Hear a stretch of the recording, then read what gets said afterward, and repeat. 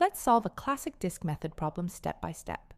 We'll be rotating the function y equals 2 over x around the x-axis to find the volume of the solid.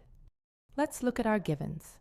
We have the curve y equals 2 over x, bounded by the x-axis and the lines, x equal 1 and x equal 6. When we rotate this around the x-axis, we use the disk method formula.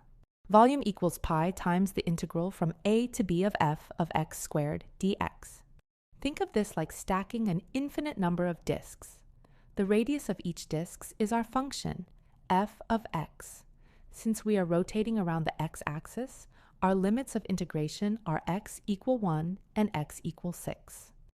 For the first step, let's plug our function, y equals 2 over x, into the disk method formula.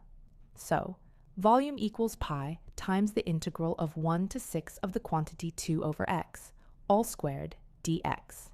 Now we simplify the square. So, the quantity 2 over x, all squared becomes 4 over x squared. To make that easier to integrate, we are going to move the x squared to the numerator. However, remember to change the sign of the power to negative. So, 4 over x squared becomes 4x to the power of negative 2.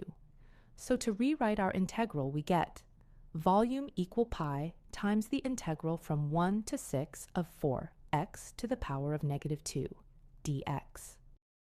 It's time to integrate using the power rule. So 4x to the power of negative 2 becomes negative 4 over x. So now we have volume is equal to pi times the quantity, negative 4 over x evaluated from 1 to 6. Finally, we apply the Fundamental Theorem of Calculus, which is top limit minus bottom limit. So, volume is equal to pi times the quantity, negative 4 over 6, minus the quantity negative 4 over 1. Therefore, the volume is equal to 10 over 3 pi. The question states the volume is k over 3 pi, therefore k equals 10. If this step-by-step breakdown helped you understand the disk method, hit that like and subscribe button for more math tutorials.